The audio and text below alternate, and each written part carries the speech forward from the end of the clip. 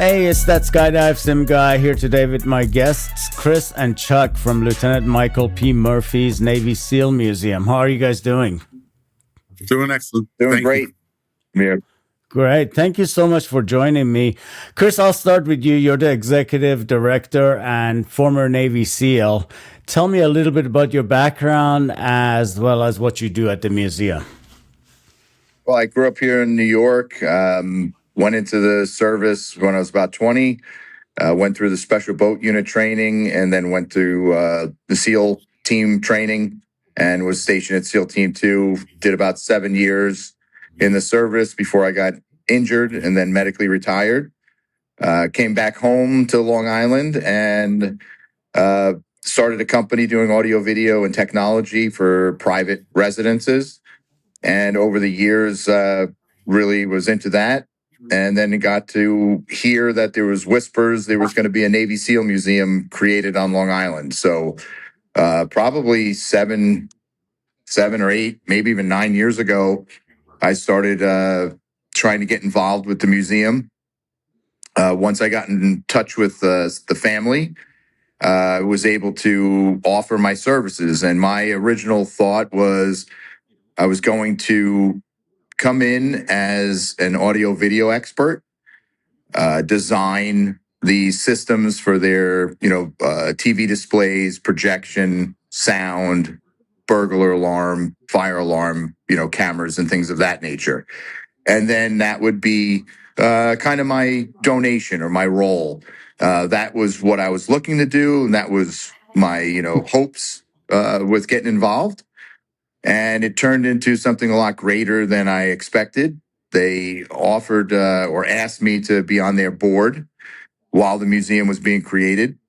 I was the resident SEAL on the board to try to help with decisions on what to display, if it was going to be, period correct and things of that nature. And as that progressed, I was helped with the decisions with creating the museum, ultimately doing the audio video work and design of the museum. And then when we got close to the museum's opening, the family came and asked for me to, if I would be interested in running the museum. That's great. And as I was getting older, I've been doing the audio video stuff for almost 20 years at that time. I thought it may be a nice shift in quality of life and, something I could be passionate about, and serving again, kind of in a different capacity. So, I changed roles. I still have my audio video company. We still do things, but on a very, very small, pretty much serving my clients that I have, not looking for really new clients, but yeah, and on a day-to-day operations, I'm here at the museum with Chuck and Donna, and we make this thing tick. You sure do. Chuck, tell me a little bit about you and your background and what you do at the museum. So as well. I grew up here in Long Island also. I also kind of was in the audio industry. I was a live sound engineer touring with bands for a number of years. So as soon as I finished high school, I was on the road for 5 years before I wound up joining the military.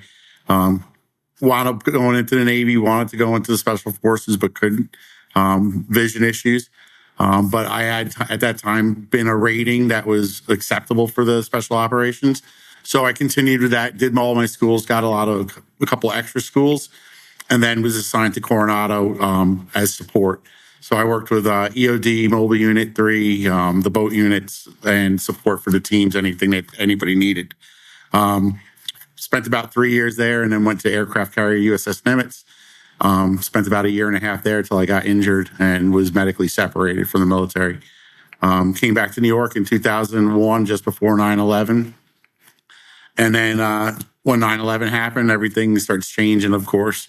And so here we are 20 odd years later, where I'm getting involved with the Lieutenant Michael Murphy Navy SEAL Museum, become a plank owner and a member.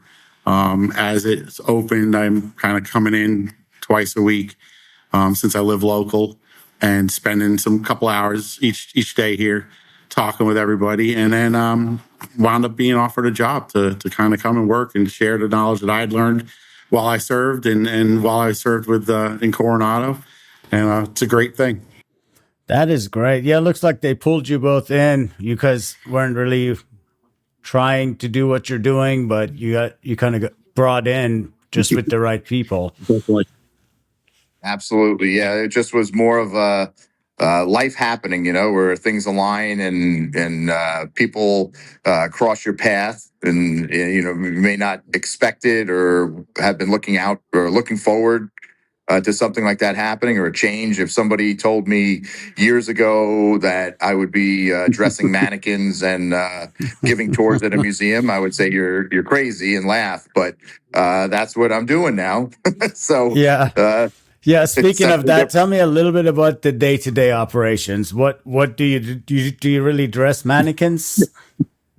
Well, maybe not daily, but I definitely dressed my share of mannequins now. Chuck has done the same, but we're responsible for creating excitement. Let me say that. Let me use that term. There's only so often that you can go to a museum if there's not a new exhibit or something different. How often would you come back to that same museum? So we're trying to ensure that every few months that there is a new display, something's changed, something more interactive, updates.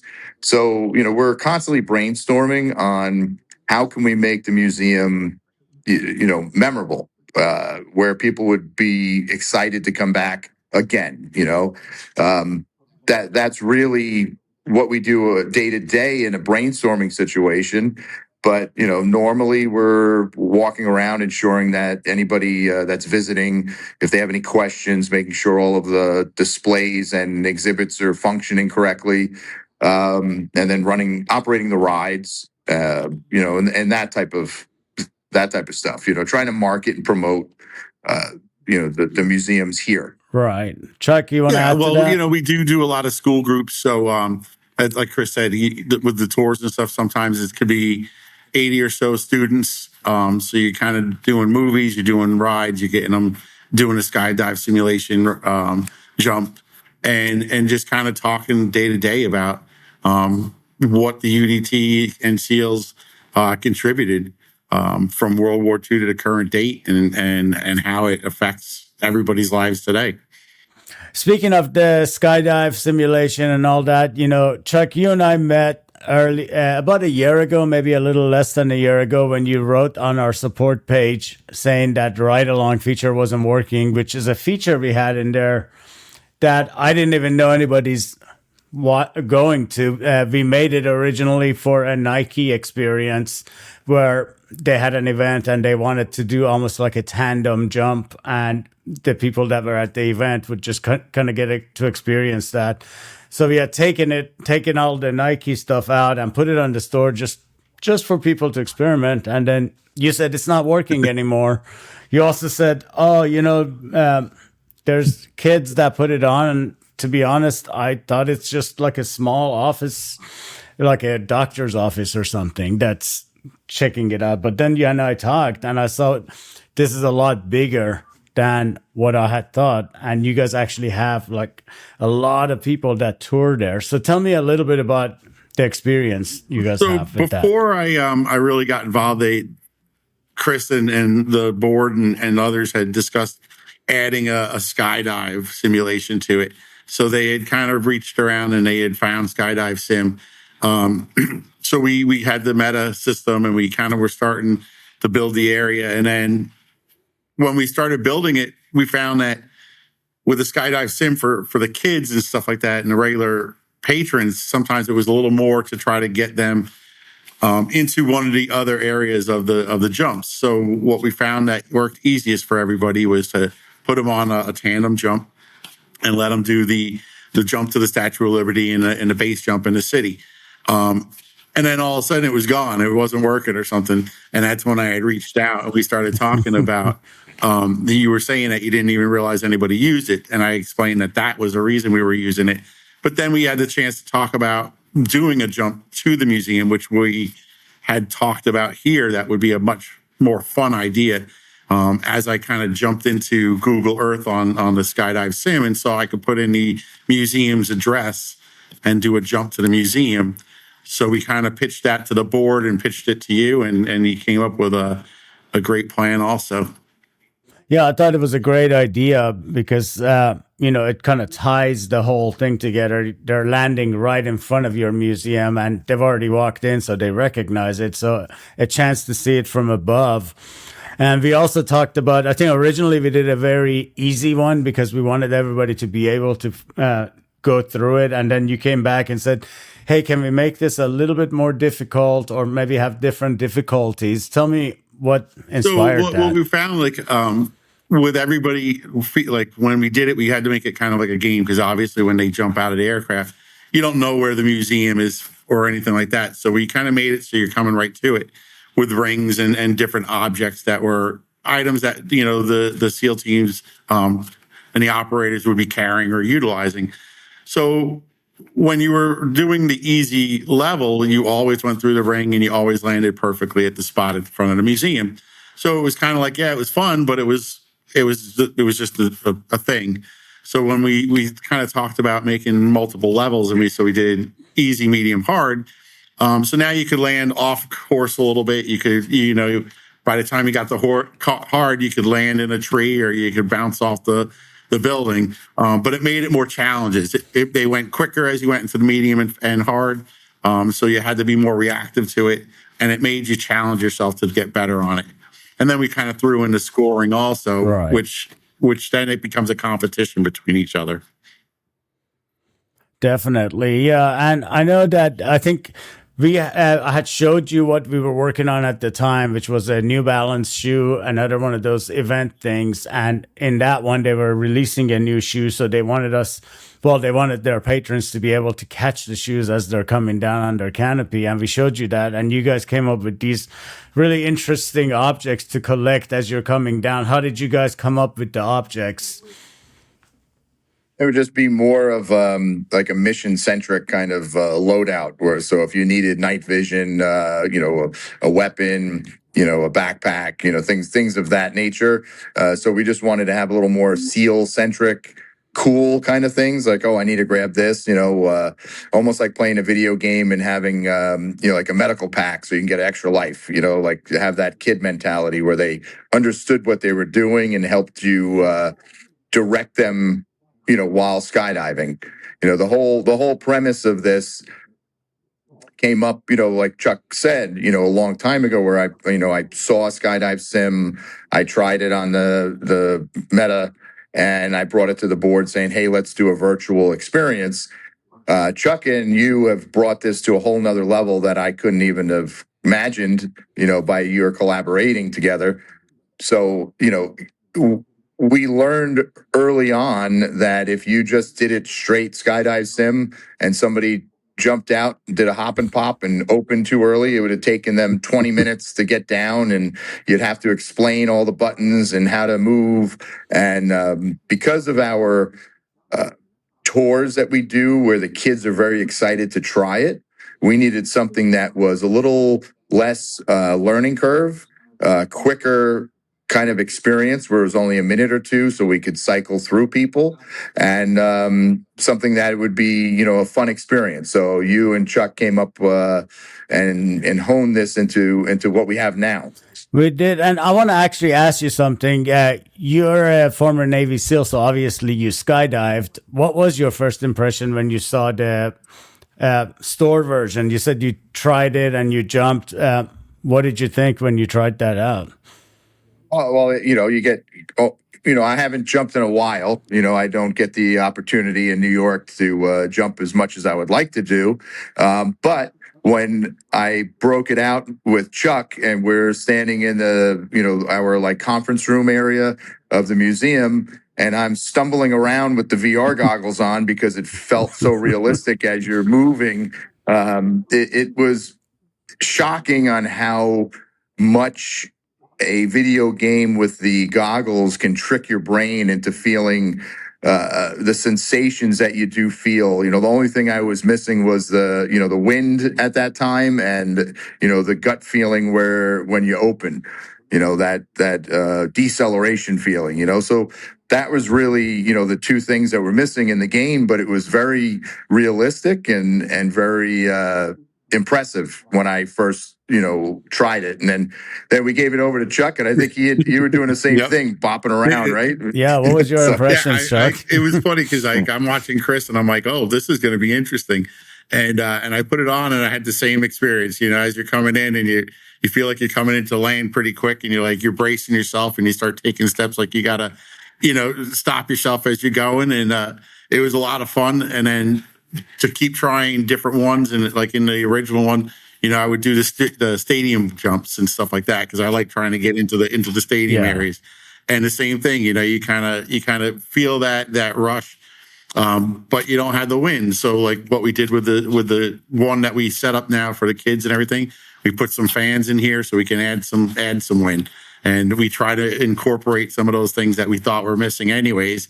But we do have a lot of people that try to walk and try to move around, and we have people that lose their balance, so we have to be careful with some. But everybody has the same feelings where it's very realistic. Yeah, it's amazing. Once you put the headset on, you kind of forget. And based on what you both described, I'm guessing you both did it standing up, not sitting in a chair, correct?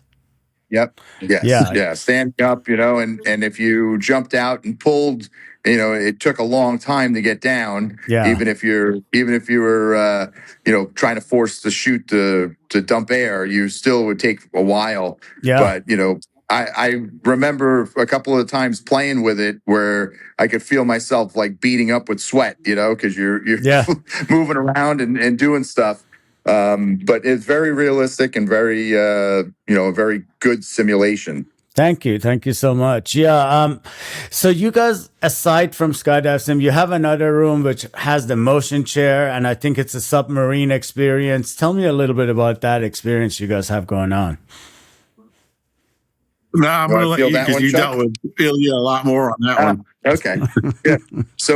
So when we were creating the museum, Mr. Murphy, Michael's dad, saw this 7-seat kind of experience ride somewhere. He wanted something for the kids, because sometimes younger kids, don't appreciate a museum, maybe have a little loss of interest midway or something. And he wanted the kids to leave with like having fun.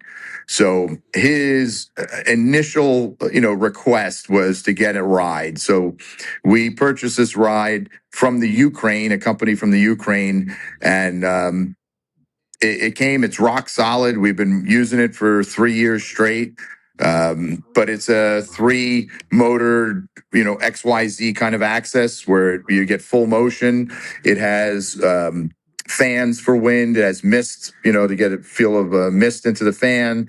Has leg ticklers with compressed air, strobes, and full 3D. So it's a very immersive ride. And we had that going for quite some time, but that, there's only so many times you can go on that ride until you go, well, this, what else do you got? And that's, kind of where we said, let's do the skydive, immersion. Yeah. Chuck, do you want to add to that? Because I know recently we were even talking about, because we're trying to look at ideas to upgrade the ride to incorporate something new to that ride area.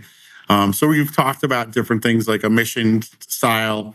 And then you and I have also talked about, possibly doing something like with the Skydive Sim in there, and as a jump or a mission type of jump, that the access of the base and the chairs would actually be able to function with the video outputs. So whether it was a jump to the water, to a boat, to a traveling to a ship, or whatever it was, we've been talking about those types of ideas, as well as just the jump in general on that ride, to incorporate something else. And then we'd have a couple different ride options. So it could be something new if they've had the other experience before. Right. So you would just kind of change it out, so it's not the same thing every time, or you just add new ones and then 3 months later, they'd be like, oh, let's go see what's there. But yeah, those motion chairs are great, and you can fit a lot of people in next to each other. So, yeah, I'm looking forward to our collaboration on that as well, to kind of see what we come up with, what we can do. There is other Navy SEAL museums as well. Do you guys have any affiliations with them, or do you work with them closely?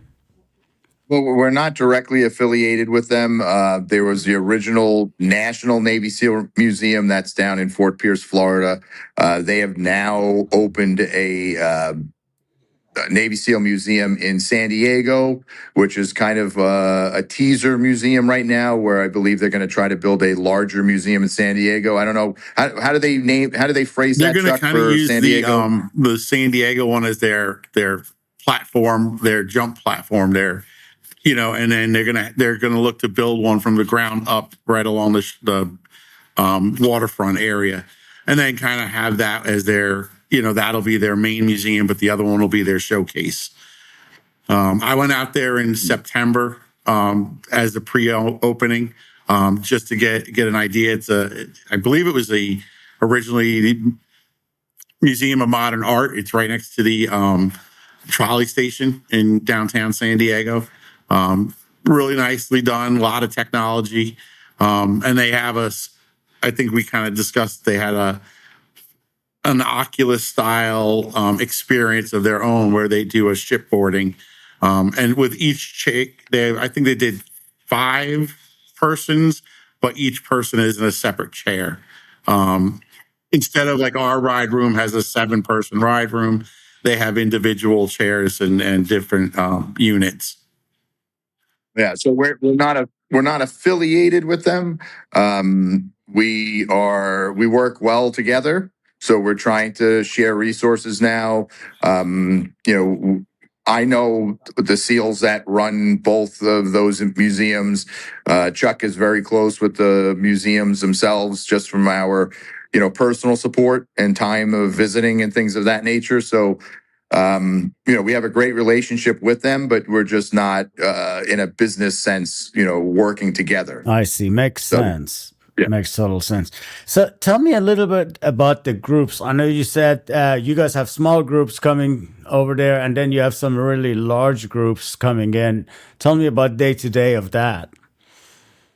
So what we would do with a small group, 20 or 30 people, that is fairly routine for us. We have that down pretty well. A lot of times, the group, it just depends on how much time they have to spend at the museum.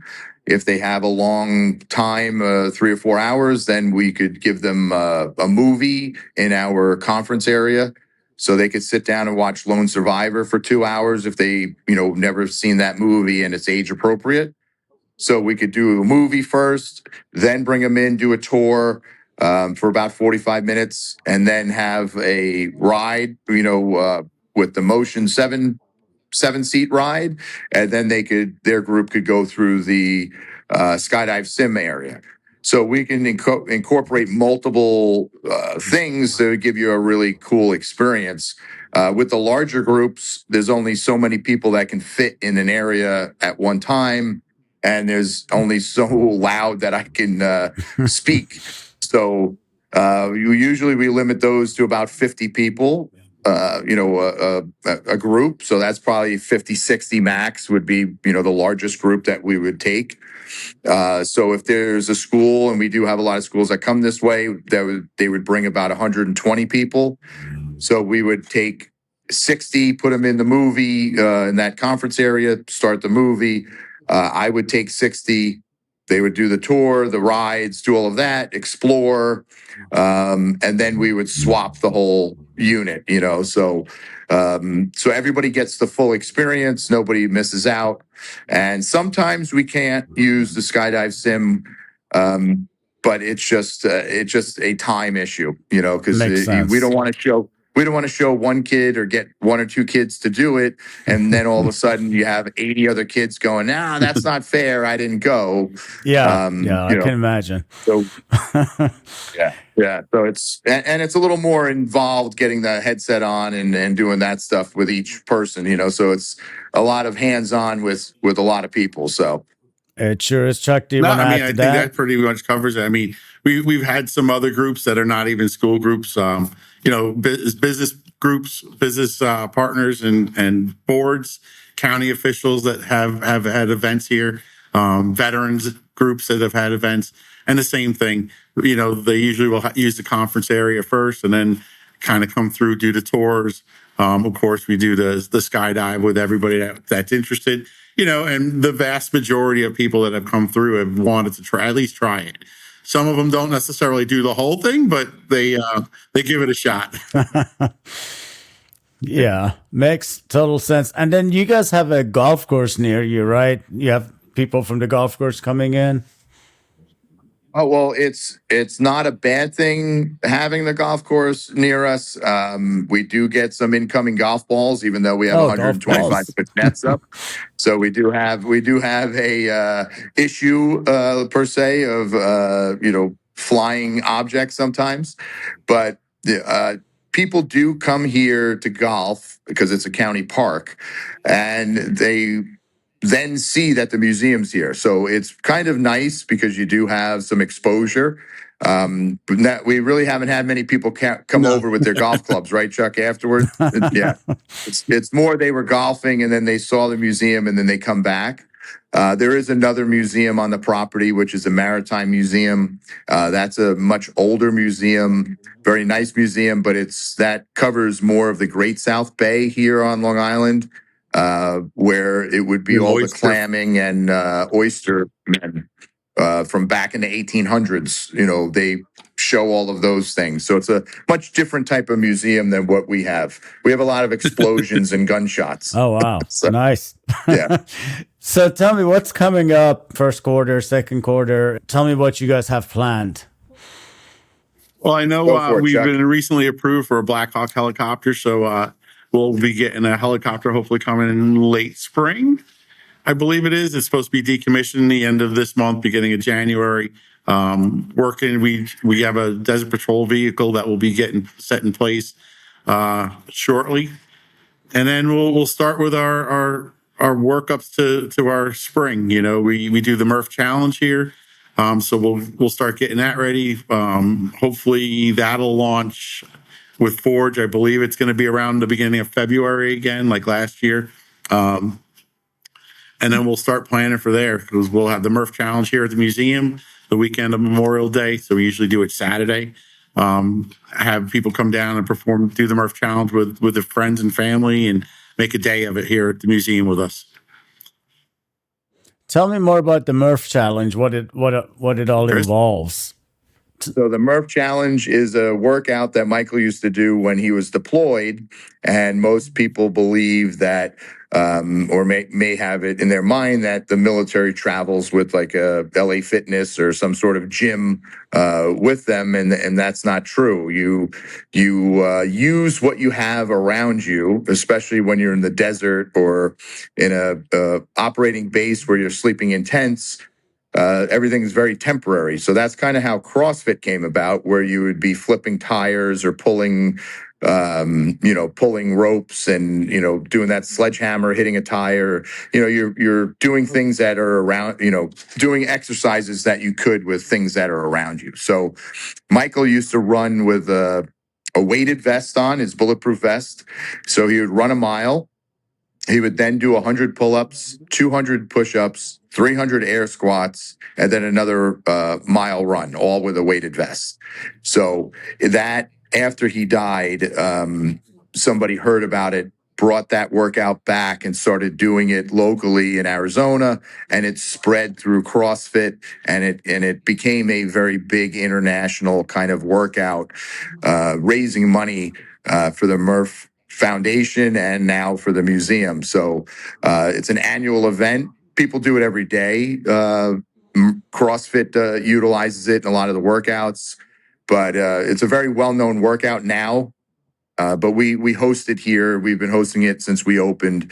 Last year we had about 320 participants. This year we're hoping to set a Guinness record with largest MRF in one place, and then hopefully simulcasting with the largest MRF in the country with multiple locations. So that's going to be one of the big things that Chuck and I are focusing on, beginning of next year, starting to coordinate that, because that's going to be a little bit more with logistics.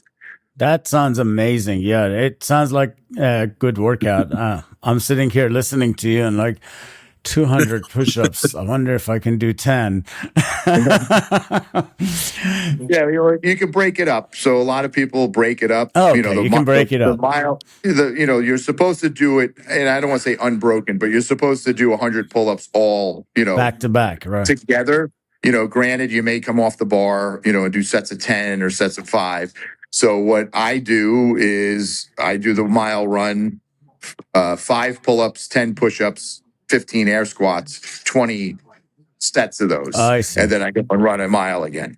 I'm in my 50s now. I don't have the same stamina or ability as these 20, 30-year-olds to do 200 push-ups in a row. I hear you.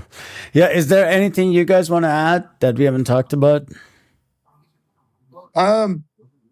Well, we're always looking for donations. We're always looking for support. We are not federally funded or backed. The state, local governments don't give us any grant money or any support. So we are 100% donations and admissions. It's something that's not an easy way to keep a museum alive, but that's where we're at. That's how we're structured right now. We're working on getting better funding sources, but any support would be great. You can come in and do the Skydive Sim. We would love to have people visit. Chuck, tell them about who came by the other day. What a family did yesterday? The other day. So we had a family of 6 that drove in 13 hours from Georgia, and they came to Long Island because they wanted to come to the museum. So they came out. They got to the island. They were a little early, so they went to breakfast, and then they went out to the Hamptons to go see the beaches, and then came back once we opened at 10:30. And then from there, they were going to kind of go into the city, and they were going to go see the Rockettes, but they wanted to make sure they came to the island. So it's pretty amazing when you get stories of people driving 13 hours just to come to the museum, or, you have people coming in from Pennsylvania and Ohio, and when they come into the New York area, they want to make sure to make a trip to Long Island to check out the museum. It says a lot about the teams, and it says a lot about the story of Lone Survivor with Marcus and Michael and his team. So it's great to be here and be able to share that information with everybody. That is pretty amazing. And, while we're on the subject, I want to say I'm honored, and I want to thank you guys that you guys added Skydive Sim adaptation to the museum. That's something I'm definitely very proud of being involved in. Yeah. We're honored to have you as a part of this, and to see how willing you were to collaborate and to try to help make this work. So absolutely. I'm just I love trying to figure out new things, especially in technology, and how can we, like you said, you weren't sure what we were doing, right? And we kind of opened your mind to what we were trying to do with our ideas, and then you were able to conceptualize that and mold it into what we have now. And I'm sure, over time we're going to try to make it better and have different iterations. Right. So it's just going to evolve. Absolutely. So we're blessed to have you. Yeah. Same here. Thank you both for joining me. I really appreciate it. I'm hoping we get to talk again soon. Absolutely. Thank you so much for having us. Thank you, Amir.